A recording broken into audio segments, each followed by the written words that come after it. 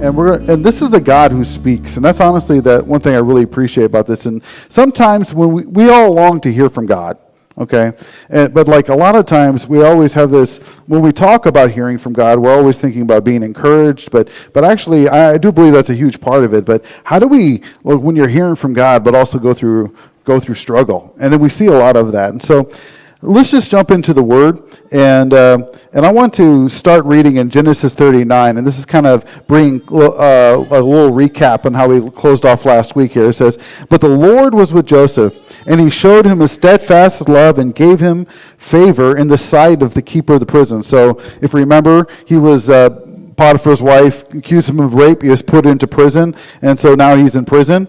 Then it says, "And the keeper of the prison put Joseph in charge of all the prisoners who were in the prison." Okay, whenever what was done there, he was the one who did it. And the keeper of the prison paid no attention to anything that was in Joseph's charge, because the Lord was with him, and whatever he did, the Lord made it succeed. So it's very interesting. So here in prison, you see, you've been sold into slavery, you're serving in Potiphar's house, you're doing everything you can, and then because you take a stand to righteousness, you actually get thrown into prison. And one thing I want to point out here is this: it said Joseph was in jail for a crime he didn't commit, and he was sold into slavery by his brothers. So I just want you to remember the context he's in. Okay, so he had this dream. And this dream, and I would say that he probably, the way he presented it, he thought he'd be a leader of his family, but God actually intended much more to this dream. And then he gets in the situation where it doesn't seem like the dream's ever going to succeed or ever going to come to pass. And he's sitting in prison. And I just want you to think about, so he's been in slavery, and then now he's in prison. But one thing I want to say here is his circumstances did not dictate his actions. Now, when you're going through a trial and difficulty, how do you respond or react? And that's really a key there, because the truth is, like, we've been this past year we've been going through COVID, but I'm just saying, and that's I don't know anybody who hasn't been stressed out on some level because of that. But my question is like, how do you respond when negative things happen, or do you react? Now, I used this illustration before, but if I had a fork, right, and I jammed it into a light socket, I can tell you I'm going to react to it. I remember when I was a kid, I had a little one of those car sets, that you put on the track, and you hit the gun, the car goes on the track, little figure eight, and they crash in the middle if possible. Well, what I do is I put up the prongs one time, and I was just a curious kid, and what I did is I stuck that in the socket, and I saw the engine go. And the thing is like, well, if you took a fork and stuck into the socket, you would react. But if you took like a camera or your cell phone, charging the crash in the middle, it responds to what I do is I put the prong. The thing is that you have a situation that comes to us. Are you going to respond or react to it? Is this going to be a situation that you can grow from, or is this going to be a situation that's going to hurt you? Is this going to be a stumbling block or a stepping stone? And the thing is, he's in prison already, and I want you to think about that, and he didn't let his circumstances dictate his actions. A lot of times we do the wrong thing when we're in bad circumstances, and we use the circumstances as an excuse. Well, I was like that because this is what was happening. Now, Joseph had all the excuses. Betrayed by his brothers, standing up for righteousness, he could be angry with God, he could be bitter, but the thing is, he walked in faithfulness. He walked in faithfulness in the midst of all this. And it says, Joseph was consistent even though his circumstances were unfavorable. And when circumstances are unfavorable for you, are you consistent in your walk? And I can tell you, it is a testing moment. It is a testing moment. Now, granted, I know there's times when, I'm saying that I know when there's times when, like let's just say you have a loved one who died, and you need to take time to mourn. But even Jesus, like if you read about Jesus, when John the Baptist was beheaded in Mark, the first thing Jesus wanted to do was withdraw. He wanted to withdraw, and what happened was the crowd pressed on him, and then he got in a boat, and he went to the other side of Galilee, and the crowd ran around the lake, and then after that, he taught them all day, and then after that, he fed them all, feeding the 5,000, and at the end of the night, that's when he told his disciples, okay, you go ahead of me, and I'm going to go up the mountain and pray, because he was wanting to grieve. But the thing is, Jesus was always consistent, even in the most darkest time. And he grieved on top of the mountain. And after that, he saw the disciples struggling in the sea. And he came down from the mountain and he walked across the sea. And I'm just saying, like, we read these scriptures, but we don't understand. A lot of times it was done in a place of mourning. And I'm just saying, but I'm not saying, let's say, if you're really hurt and broken, I'm not saying get help. There's nothing wrong with that. But my bigger point is this, is that a lot of times we use our circumstances as excuses to have wrong behavior and treat others wrongly. I'm just saying a lot of times. Most of the time, that's our scapegoat. But with Joseph, here he is, he's in prison. He's in a place where he's been rejected. And then yet he still serves faithfully. Where the guy in charge of the prison puts him in charge of so many things. And so, how do we walk when we go through trials? I want you to just think about the last time you really went through a struggle. And maybe I'd rather have you think about a time when you knew you handled it wrong. Now, I can think of many in my own life, okay? There's times when I just didn't handle, when I'm under pressure, that's when I tend to crack. One thing my wife and my children can testify, that sometimes when I'm under pressure, I get really testy. And then they're quick to call me out on it, and they have a right to do that. I'm just, I would say especially my daughter and my wife, they call me out on that, and that's actually it's a good test for me, because what it does is it puts me in check. How's my heart? Because usually if I'm reacting that way, my spirit's not in the right place. And there's a place where you can be under a lot of stress, where you can. I would like to say when you're under a lot of tension. When you're a lot of tension, you're going through a lot of struggles and a place like that. But when you're learning to rest in God, your responses to other people, even those circumstances, are going to be different. And so my question is, just think about that. Is there a time when maybe you handled it correctly? And what was the difference? What was the difference if you think of those times? Going on in Genesis chapter 40.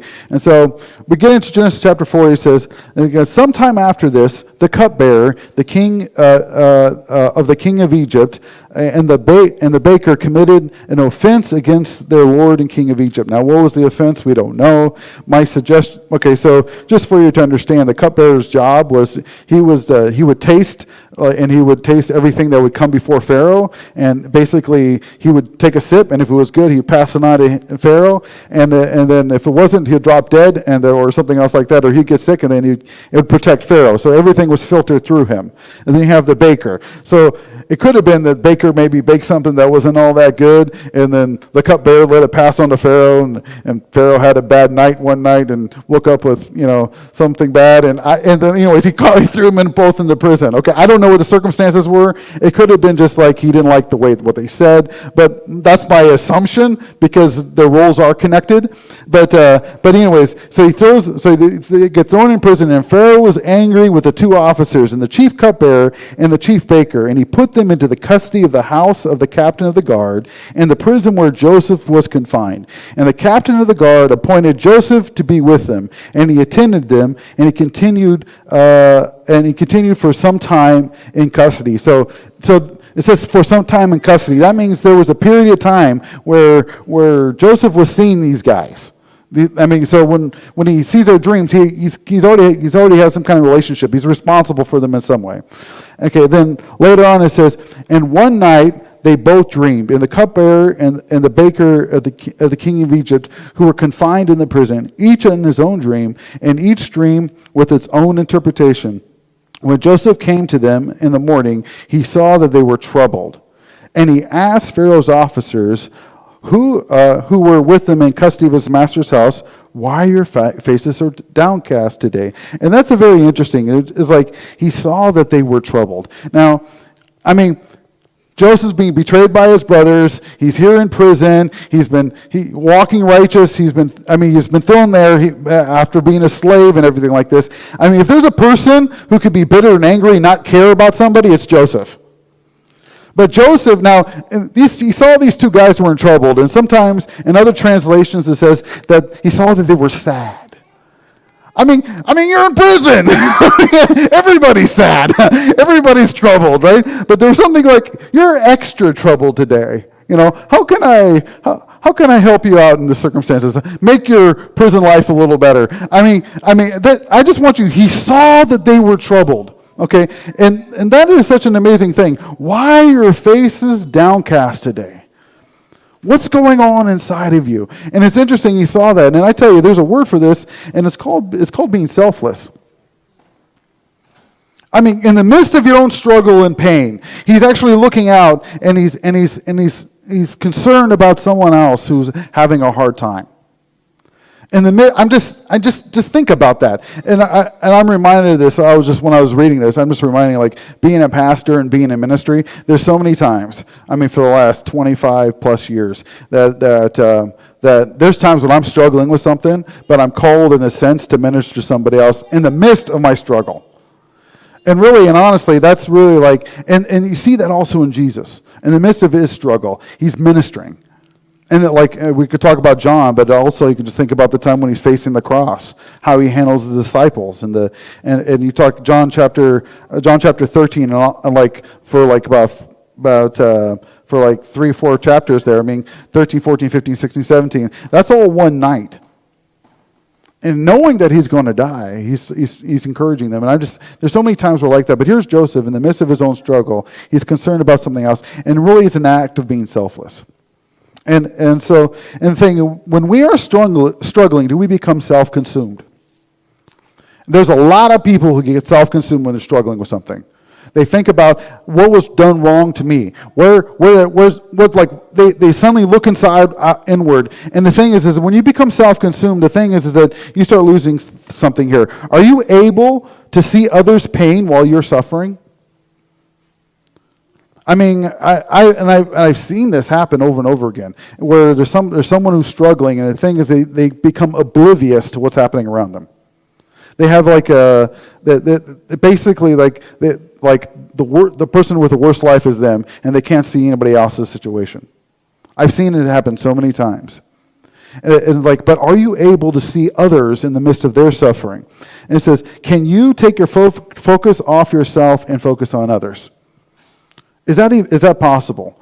And the thing is or do you disengage from the needs of others? And that's really that's a big thing. Usually in the midst of my own pain, this past year, and a lot of you guys in this church know this already, but during this COVID season, I had 6 friends who die. 6 friends. Now, they're all different ranges of closeness. The closest one I would say is Pastor Russ. He was my mentor. He died. He was the only one who died of COVID. All the other ones died for other reasons. And so there's different levels of, some died from cancer. But I remember when I went to, I was in Colorado for the memorial service to Pastor Russ, and then it was on a Thursday, and then on Monday I found out that a coworker of mine that I worked for a number of years with, she died of a heart attack in the Philippines, and honestly, I was just, emotionally, I just was like, I'm having a hard time processing this, but at the same time that at the same time, you got to think gosh, Lord. And you're in the midst of this grieving, but then you find yourself in a way sometimes.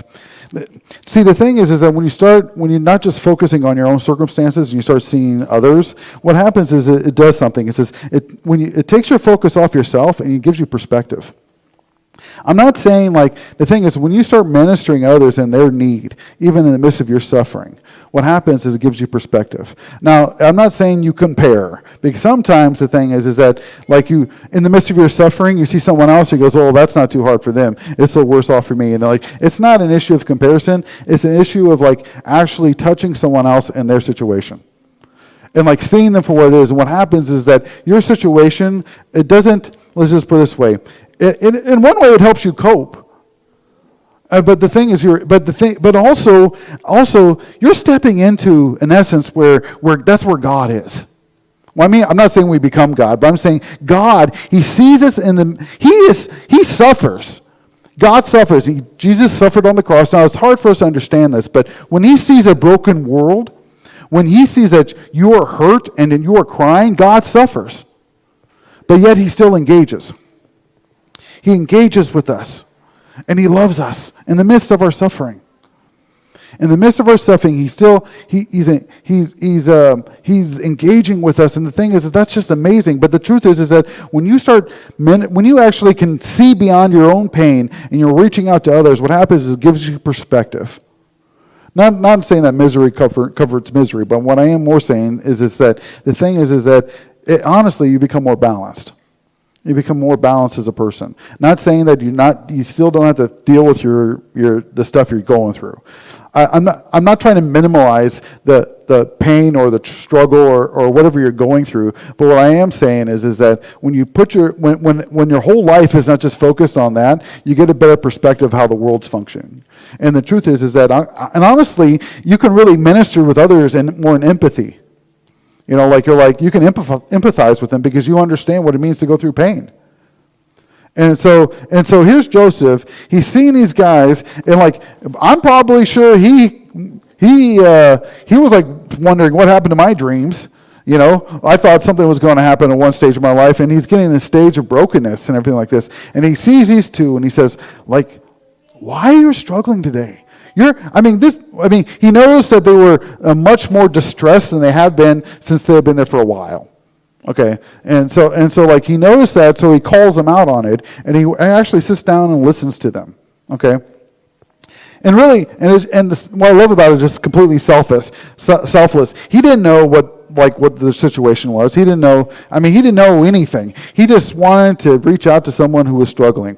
And here it says, if Joseph would not have cared for these two prisoners, he would have missed his purpose. I want you to make that clear. See, sometimes what happens is that when you start taking your focus off of others, you don't know, that might become actually a ramp onto what God has actually called you to do. I'm not saying it is, but the bottom line is that there is no way. God uses, there's a way with God, but my bigger point is this, is that God used him interpreting the cupbearer's dream that actually opened a door for him that would release him into his calling. Okay, and if he was totally self-consumed, this door would have passed him by. And I'm wondering how many times that have we missed our opportunity because we're self-consumed. Okay, and Genesis chapter 40, verse 8, and he said to them, we've had dreams, and there's no one to interpret them. And Joseph said to him, do not interpretations belong to God? Please tell them to me. And that's interesting he says that. And I'll emphasize this later with Joseph, but the thing is the Egyptians, I emphasize this later on my slides, but the Egyptians, they actually believed that their gods could speak to them through their dreams. Okay, and if you read in the Hebrew, Joseph is saying, look, it's not your gods that are going to interpret these dreams. It's the Hebrew God's going to be interpreting your dreams, and that's interesting because what he's doing is he's bringing, even in the midst of it, isn't God the one who interprets dreams? And he's not referring to any of the Egyptian gods. You know, and so it's interesting. He brings this forth, and so with that, I want to say, do you know that in the Bible God spoke to unbelievers more than believers through their dreams? You know, God speaks through dreams. I really do believe that. I'm not saying He speaks through all your dreams. I'm not going to go there. And as far as what's percentage or how or whatever like that. But I definitely know that God does speak through dreams. But in the Bible, He speaks to unbelievers more, and actually, it's almost twice as much. If you think about it, he speaks to Pharaoh. You were talking to Joseph. You see dream interpretation all through there. But you could read about Nebuchadnezzar. They all had dreams. And the thing is that it's just an interesting fact that the truth is that God wants to speak to us because Joseph is in the midst of his own trials and he wants to help others hear from God. He says, "Tell me your dreams." Isn't God the one who's going to interpret that? Now that's interesting. He's saying this is and he knows that. Whatever discernment, Joseph understood that actually God is speaking, and he wants others to help hear from God, and God wants to speak to everyone. I want to make that clear. If you're saved, if you're not saved, if you're Christian or if you're not Christian, He does want to speak to us. And the thing is that it says in John chapter 10 verse 27, it says, "My sheep know my voice." Okay, and if you read that whole passage, it just talks about that. The thing is that as Christians, we should get to a place where we can learn to discern the voice of God. And I'm talking about specifically rhema. The Greek word means a spoken word. There's also the logos, the written word. But the thing is that, but when he says, my sheep know my voice, in that context, if you read that, Jesus is saying rhema, the word rhema, the spoken voice. See, the thing is, a lot of times God is speaking to all of us. He's speaking to your Christian if you're not Christian. The thing is that the question is, can we discern that it's God speaking? And I think one reason why in the Bible, this is a guess, okay? One reason why he speaks to unbelievers more than twice is because that's when the unbelievers are more likely to pay attention. Because if they hear the still small voice, they're kind of more likely to blow that off. And so I really believe that this actually, but God, he's wanting to speak. He's wanting to speak to everyone. And like even during Ramadan, I don't know if anybody knows anything about Islam, but Ramadan is a 30-day period where they fast like throughout the day, and at night they kind of party. But the whole point is that it's supposed to be a time when they seek the will of Allah. And so there's been a prayer movement that's been going on, I think, for more than 20 years now among Christians during Ramadan. You can download it, like 30 days of prayer through Ramadan, and like where Christians are actually praying for the Muslim world during that time. And there's so many testimonies about with Muslims coming to know the Lord because they had dreams of Jesus. I remember one time I was in Indonesia, and I was in northern Sulawesi, and I forget the name of the city, but it's the only Christian city in Indonesia, right? And I met this one Indonesian, and he grew up in a Muslim family. And he was really committed, but during Ramadan, but the thing is like especially those who are devoted and they're really seeking after Allah's will and they're going into prayer. It's interesting is those are the ones who God really kind of hammers. It's like they're really seeking after God. I mean, there's and the thing is like he had a dream of Jesus, and he came to know the Lord.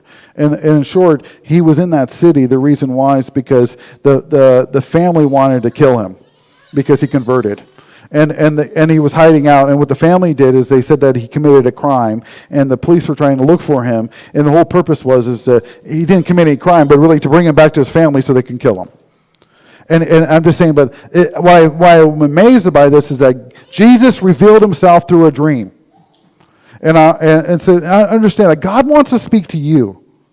And that says like he wants a relationship with everyone. He wants to speak with you individually. And sometimes we struggle hearing God's voice. And I understand that. And we're understanding what is God actually saying to me. But I'm just saying God is speaking. And the question is, how do we learn to tune in to hear his voice? He speaks to our spirits. He speaks through the Word. A lot of times, when you just read the Word, a scripture will pop up in front of you, and that's a way where God speaks to you. Other times, I remember my call to the Philippines. What happened was that I knew I was called to missions, but I was in Bible school. I didn't know where in the world I was called. I turned to my friend Jack, and I go, "Hey, Jack, I heard stories about the Philippines." I knew nothing about the Philippines.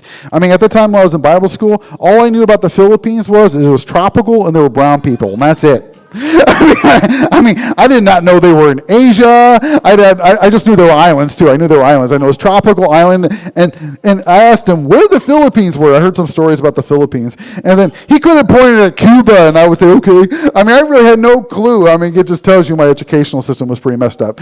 But then he pointed at the Philippines on the world map, and then something in my spirit leaped up. It wasn't like an audible voice, but I felt something in my spirit, like God.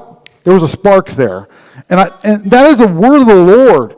And that spark directed me living in Philippines for 20 years. It's being sensitive to what God is doing in your life and feeling his presence and knowing what it is. And that day, if you guys know the rest of the story, I checked out some books in the Philippines. This is all pre-internet. There was internet, but very few people used it. And then that Sunday I said, I think I'm supposed to go to the Philippines and do a discipleship training school with YWAM. My pastor was so excited, and he said, he got up that Sunday morning, he says, Dustin's going to the Philippines. And I thought to myself, I was sitting in the back, well, I should get an application. I had no plans, no nothing. But the thing is, it directed me. And what I'm saying is that being sensitive to the Spirit, when God speaks to us, it's not always necessarily with an audible, a lot of times it's not with an audible voice, it's through our spirit. And sometimes it's just with a sense. It's like when your mom looks at you when you're when she finds you with your hand in the cookie jar, if you know what I'm saying. Like, what are you doing there? Kind of look. Mom's speaking, but there's no words coming out of her mouth. You see what I'm saying?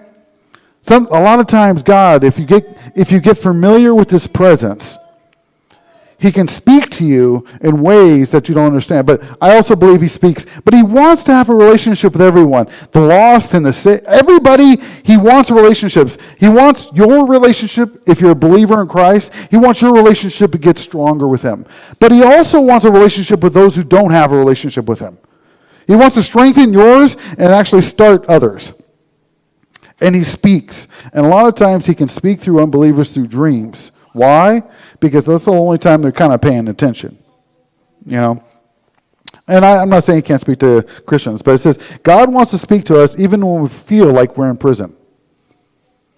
It's not always in the good times. I'm talking when you're struggling. Joseph is in prison. The cupbearer's in prison. The baker's in prison. And the thing is, he wants to speak to us even at the lowest moments of our life. At the lowest. He wants to minister us there when we're hurting. And so a lot of times in those situations we feel alone. But he wants actually to speak to us more. And this is going back to what Joseph says, do not interpretations belong to God, please tell them to me. And it says Joseph would use the opportunity to expose the true God to these Egyptians. Just in the wording, like I said, they believed in God could speak through their dreams, and he's saying, look, there's a God out there that can interpret your dreams that you're unaware of. Tell me your dream. Okay, and what was the dream? So the chief cupbearer told the dream to Joseph, and he said to him, in my dream there was a vine before me, and the vine there were three branches. Soon it was budded, and the blossoms shot forth, and the clusters ripened into grapes. Pharaoh's cup was in my hand, and I took the grapes and pressed them into Pharaoh's cup, and I placed the cup before Pharaoh's hand. Okay, and Joseph said this, and Joseph said to him, this is the interpretation. And the three branches or 3 days, and in 3 days Pharaoh will lift up your head and restore you into your office. And you shall place Pharaoh's cup into the hand as formerly as you were cupbearer. So he's saying, like, your time in prison is almost over. You're going to be out there. And it's always good to give good news, right? It's always nice, When you tell somebody, like, hey, there's freedom from your pain, right? That's a good message, right? Yay! I'm kidding. We always love to give those, like, words that are always positive and uplifting. Those are always encouraging. And I don't think it was too hard for Joseph to tell him that was the interpretation of the dream. He was probably feeling good. They're like, yeah, that's great. You're going home. And so what did Joseph say after this? He says, only remember me, that when it's well with you, to please do to me the kindness and mention me to Pharaoh, so to get me out of this house, for I was indeed stolen out of the land of the Hebrews, and here I've done nothing to do to put me into this pit. So I don't think Joseph is complaining. He's just seeing this as an opportunity, like this is the get out of jail card, It's like, hey, remember me, okay? When you're getting out in 3 days. And also it speaks confidence that he knows the interpretation of this guy's dream. He says, look, this is what God's speaking to you, and it's going to happen. And after it does happen, just put a good word in for me. And so I don't think he's complaining. I'm just thinking he's excited for the cupbearer, but also he wants, of course, he's just saying, like, this is my flight, right? And so the baker, he's excited too. So the baker's there, he's listening to the dream, and the baker says, and when the baker saw that the interpretation was favorable, he said to Joseph, I also had a dream, and there were 3 cake baskets on my head. And in the uppermost basket there was all sorts of baked goods for Pharaoh, but the birds were eating it out of the basket on my head. And he goes, and Joseph answered him, this is not the happy news, right? This is what the interpretation. The 3 baskets are also 3 days, and in 3 days Pharaoh will lift your head from you and hung you on a tree, and the birds will eat the flesh from you. Now that is some not happy news. That is sad news, right? And one thing I want to say about Pharaoh is Joseph was willing to speak the truth even when it was uncomfortable. Sometimes we don't want to tell the truth when we don't want to speak about the truth or talk about the truth because it's uncomfortable for us to do that. Okay, so my wife. I want to use my wife. I'm not going to use. It's okay, wifey poo. So my wife, she's the first one to tell me that my breath stinks. Why? The reason why is because no one else would want to tell me that. Okay, but my wife will say, "Hey, sweetheart, your breath stinks." And then my wife is like, "Why do you tell those stories?" The reason why is because no one likes to tell a guy his breath stinks. Okay, but it's the one who loves you who can. You see that? Now, I don't know what happened in the backstory. I think this is a great opportunity. Like, okay, Baker, you're going to die. This is a come to Jesus moment. Because you're going to see God real soon. You better have your heart ready. I mean, I don't know if that was a story or situation. It doesn't really say, but the truth is that he was willing to speak the truth, even when it's uncomfortable. And there are times when you need to speak the truth in love. Like in my wife's situation, your breath stinks, and that's very sweet of her. I love her when she does that to me, because then I have this essential oil in my peppermint. I use that, and I put a drop on my tongue. This is my. When you see me do this, it's for you, not me. So, the thing is that, but someone like I don't smell my breath. And sometimes we're unaware of things, and sometimes the ones you love, actually, sometimes there's a behavior that they're doing that's hurting others, and the loving thing is to talk to them about it. Sometimes there's situations that they are like they're even hurting themselves in a way.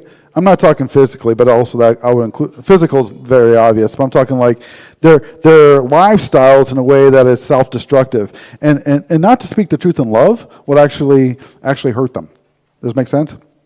And so honestly, the thing is this, is that there's times when we need to speak the truth in love. And I just want to remember this passage here in Proverbs 27:5 says, "Better is open rebuke than hidden love." A lot of times the reason why we don't want to share is because we say we care about them.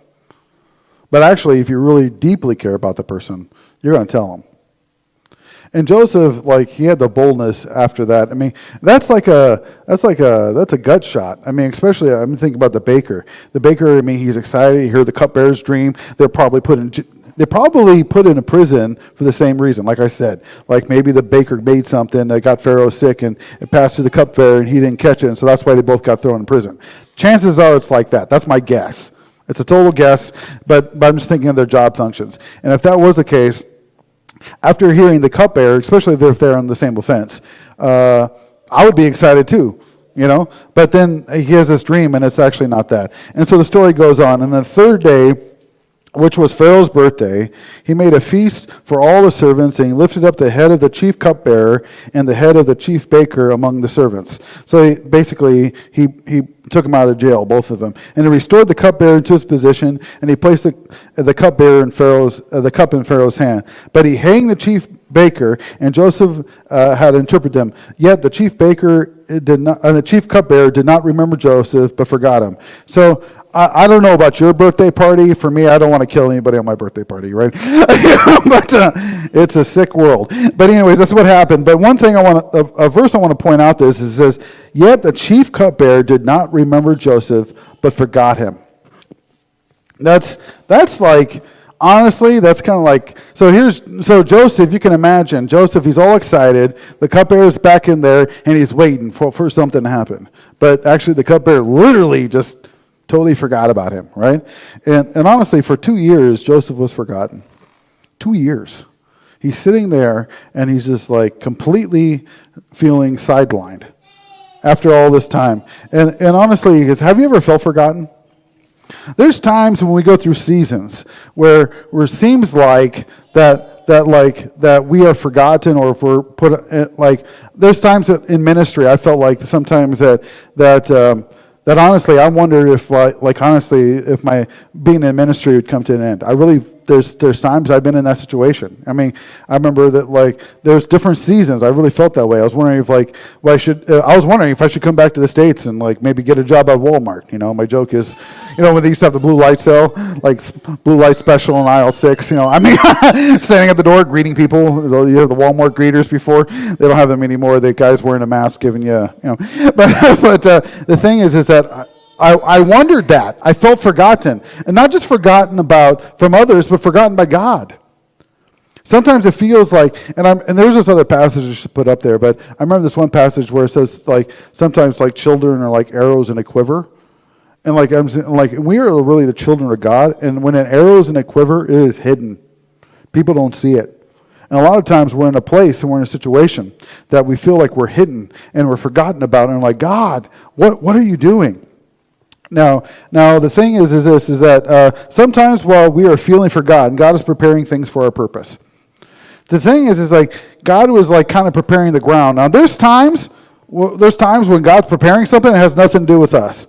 Other times, it's all about us, and God's doing something in our hearts. And usually it's in that place of like feeling kind of like lost that we actually reach out to God, and actually for something clicks inside of us. But I think a lot of times it's both. It's like there's something inside of us is being addressed, but also God's preparing things on the outside. So something's going on with Joseph on the outside, and that there's a story taking place, and he doesn't know what the story is. He's hidden. In some ways, he feels forgotten, right? But God's preparing a platform for him. Preparing a platform.